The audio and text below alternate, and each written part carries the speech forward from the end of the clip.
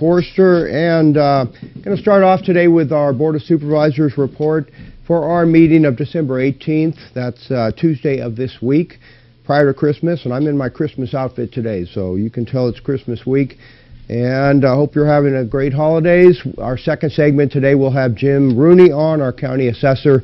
Jim's going to be talking with me about the state responsibility area fee, or tax as we commonly know it, or tax that it may be officially here pretty quick. So we'll talk about that with Jim.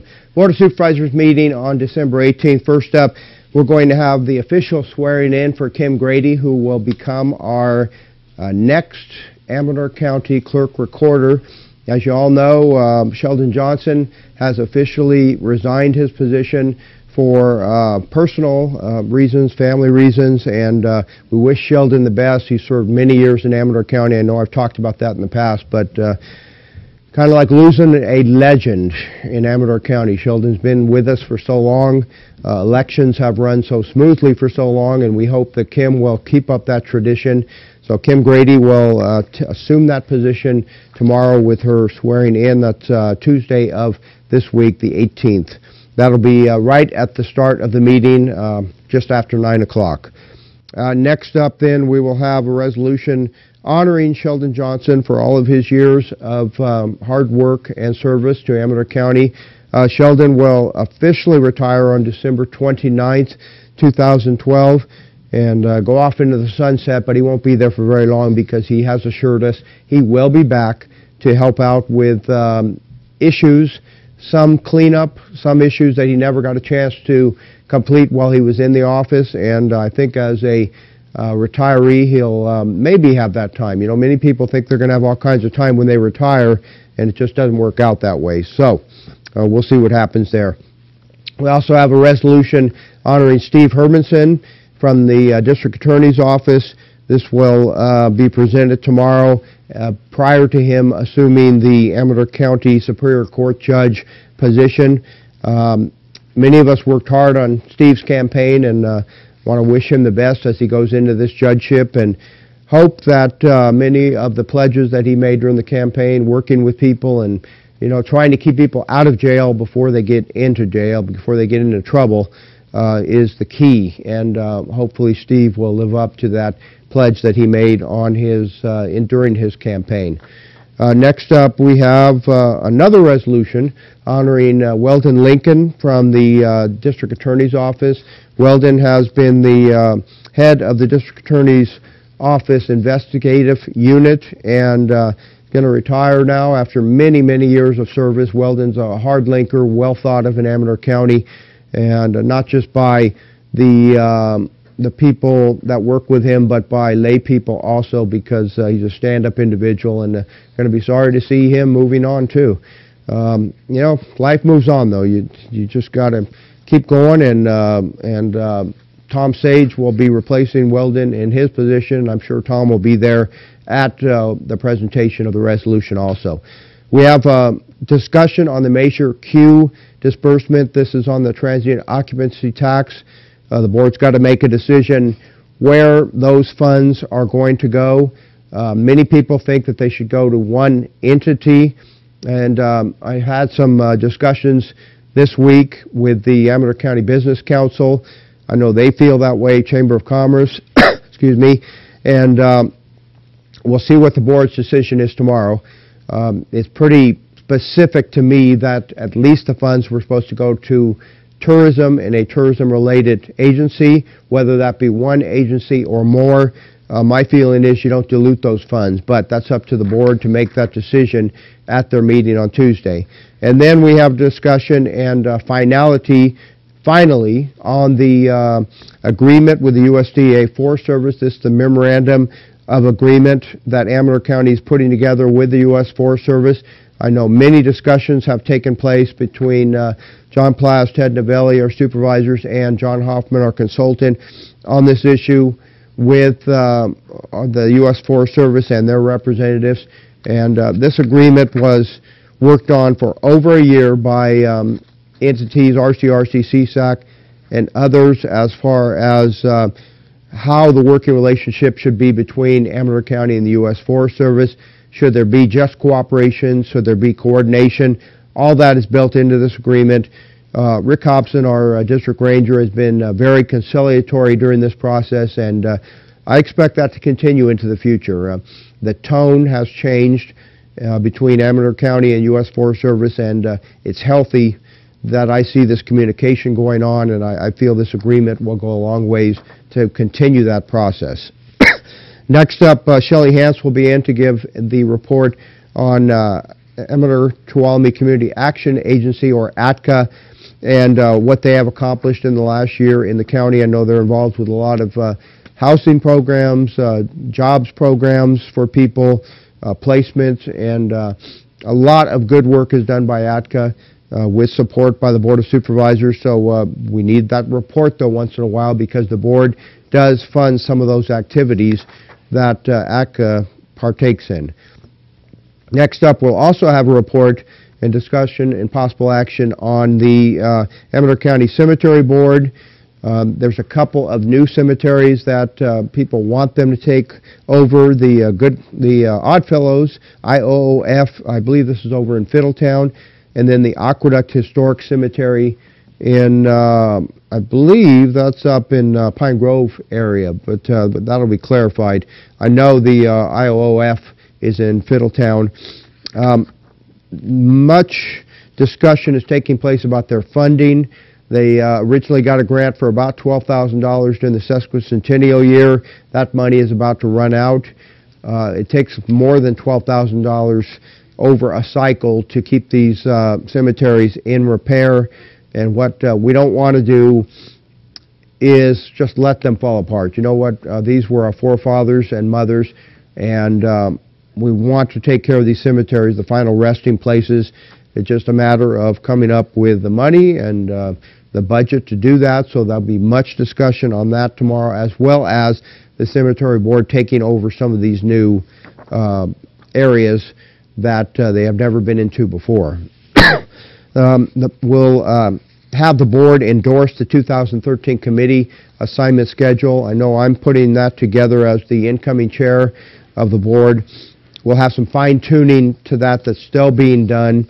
I know a couple of changes were just made today to that after discussions with one board member. And I try to be conciliatory with board members and what their wishes are.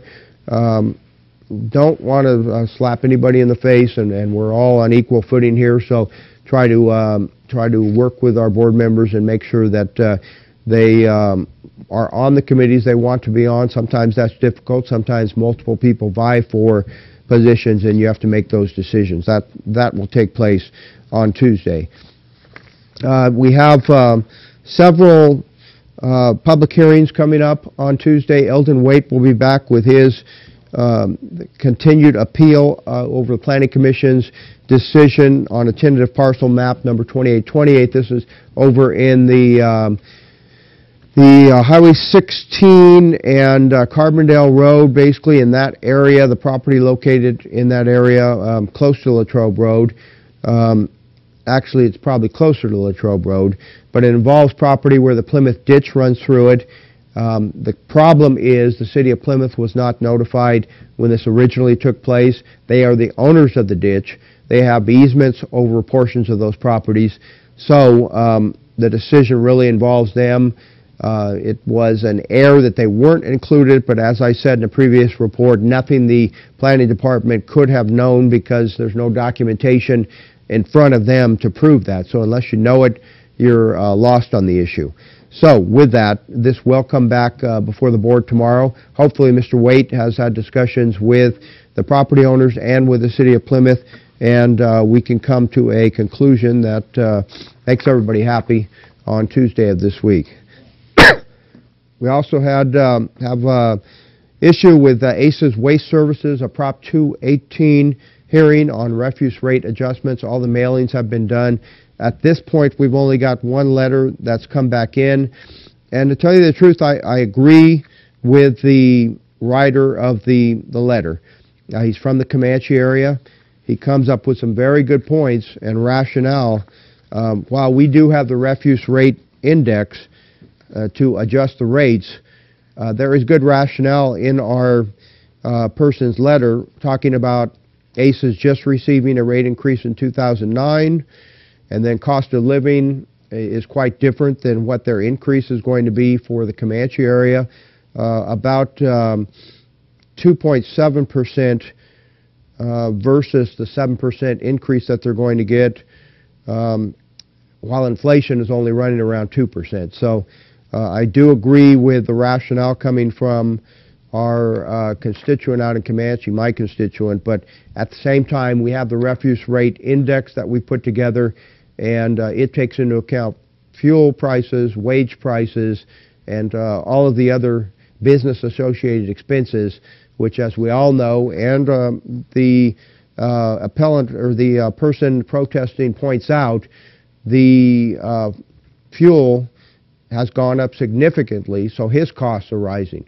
Why should ACES get the increase? Well, they get the increase because they're allowed the increase per the refuse rate index.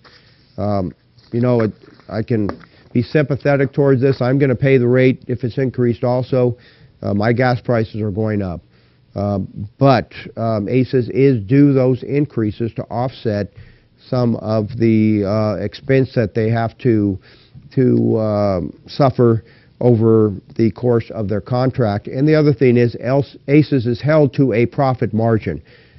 They're not like a regular corporation out there that can make as much money as they want. The county has them in a slotted proportion of defined profit for them. The last public hearing will be over the capital facilities fee, and this is an annual disclosure that has to take place for the fiscal year 11-12. What we do is we go back and we look at all of the rates under the capital facilities fee program.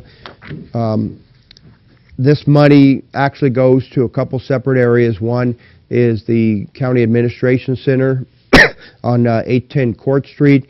The other is the county jail, the detention facility. We're looking at the money we need to put into facilities in the future. One, we've already put some of the money that's been collected into the purchase of the 200 acres, 200 plus acres, the old Wicklow Way subdivision. So that property has been purchased for a potential jail site in the future and more. Obviously, 200 acres is bigger than the jail site that Amador County needs, but some of that property can be segregated off in the future and sold and then replenish that fund for building a jail or for taking care of our other buildings in Amador County that are part of this study. So with that, John Hopkins, our General Services Director, has laid out the process that has to take place on a yearly basis, laid out the inflation rate that's coming into place, and this is coming off of the San Francisco Bay Area Index. I think it's about 2.28% that it would increase this year. It goes to take care of the County Administration Center, which is about 7,700 square feet, and a proposed sheriff jail facility. The issue with the jail facility is how big does it have to be? Well, we've had two studies. The second study indicated it needed to be about 58,000 square feet, so I believe that's correct, 58,000. Anyway, it was bigger than the first study, so all of this is run by the state and how much square feet you need, ADA studies, Americans with Disabilities studies, and how much room do you need per inmate. It's not a pretty process out there when you look at the money, and we're still short of money even with what's being collected here. So the board will go through the process of reviewing this and then advancing it forward. The meeting on Tuesday of this week starts at, as I said, at 9 o'clock, so if you're interested in any of those presentations, the resolutions to those retirees in Amador County, show up early. And public comment always is at the start of the meeting. We do have a defined limit on that, and we go through our consent agenda, and that's about all there is to it. So with that, I'm going to look at going to a break here so we can have a little more time with Jim Rooney. So this is Supervisor Richard Forster, and join us at the meeting on the 18th, and we'll be back in a couple minutes with Jim. You're watching Amador County's local television network, TSPN.